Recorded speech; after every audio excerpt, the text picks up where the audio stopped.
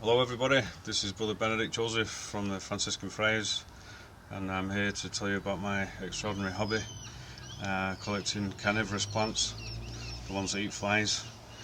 And it's been a hobby of mine since I was probably about 12 years old when I started. But yeah, me and my friends just went around the block near our house, and some fella had a porch full of these amazing plants, really fascinating, you know what I mean? So we knocked on his door and just started talking to him, and that was just like the beginning of you know, God's providence in me, experiencing him through, his beauty, and his creation.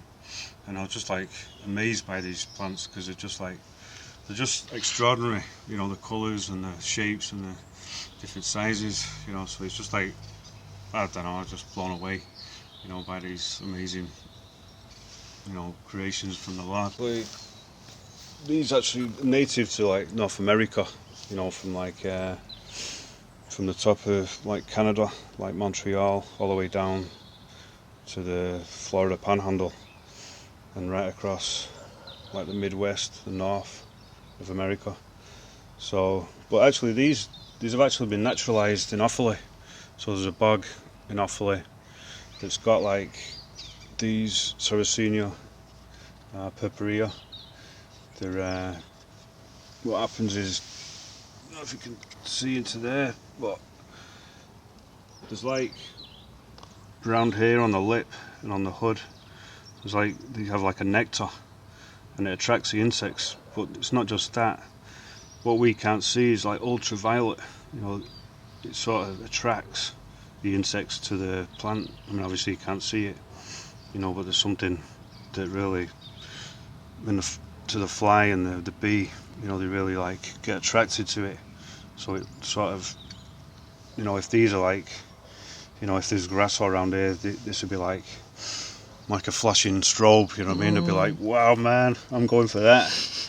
So you can see inside, they just collect the water from the rain, but you can see the insects that are in there. I don't know if you can, but there's definitely insects in there. You can probably see more. There's some moths in that one. But they love it, and they're really attracted to it. So there's these, and then this is a cobra lily, which is from Oregon, and this has been naturalised as well in Offaly, in that bog. But what happens is, I'll show you, I'll get one of these pictures. If you can see in there, it's like there's all nectar on this. They look a bit like a snake. That's what they call a cobra lily.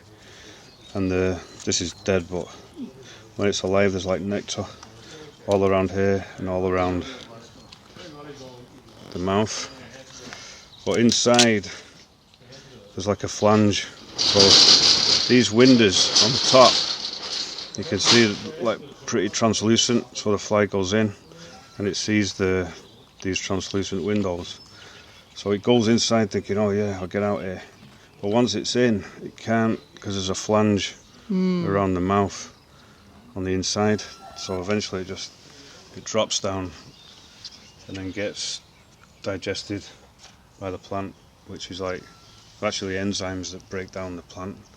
And yes, I'm not going to go into technical things, but it definitely, the plant absorbs, the fly or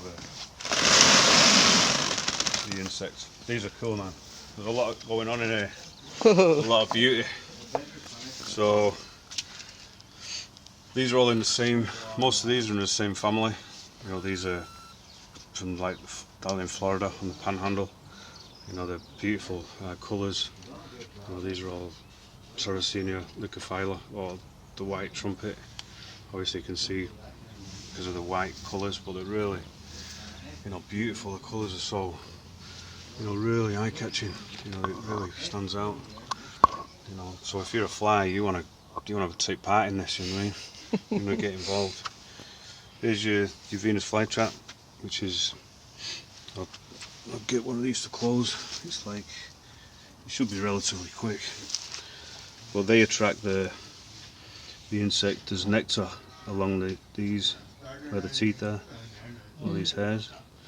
So there's like 3 little hairs on either side of the trap, and the insect just got to touch them a little, and it should pull on there.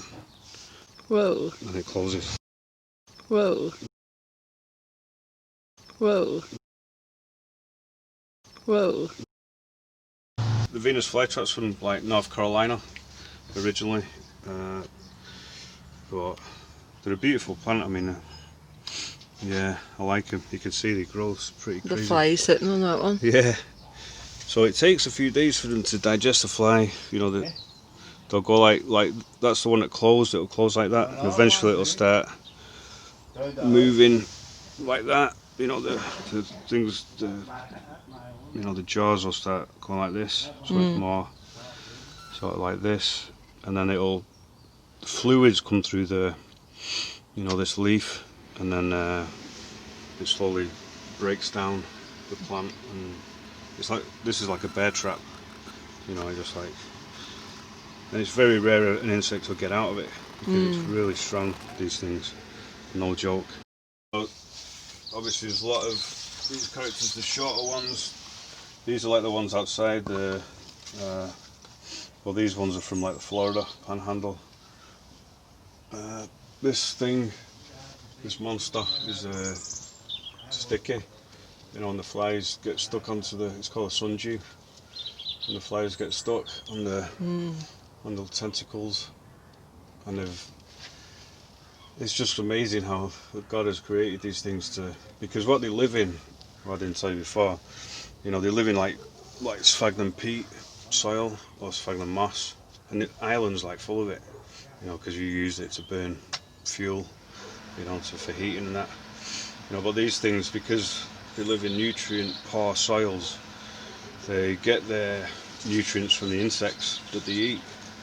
So yeah, it's just an amazing, you know, piece of God's creation, you know. And I know there's I've created some of these myself, you know, from cross-pollinating some of like this one, you know, this is one of my own styles, you know, this was a tasty one, just like different colours, and you know, because you can get, because they're the same species, at least the pitcher plants, you know, you can cross them all, you know, and they make amazing hybrids, you know. So Beautiful. but at this time of year they're starting to die down, because they're a bit like what do you call it, like a tulip or a daffodil. You know, they go dormant during the winter, and then they come back up, so it's slightly cooler, you know, in the autumn, the winter, and then they start coming up in the spring, about Valentine's Day.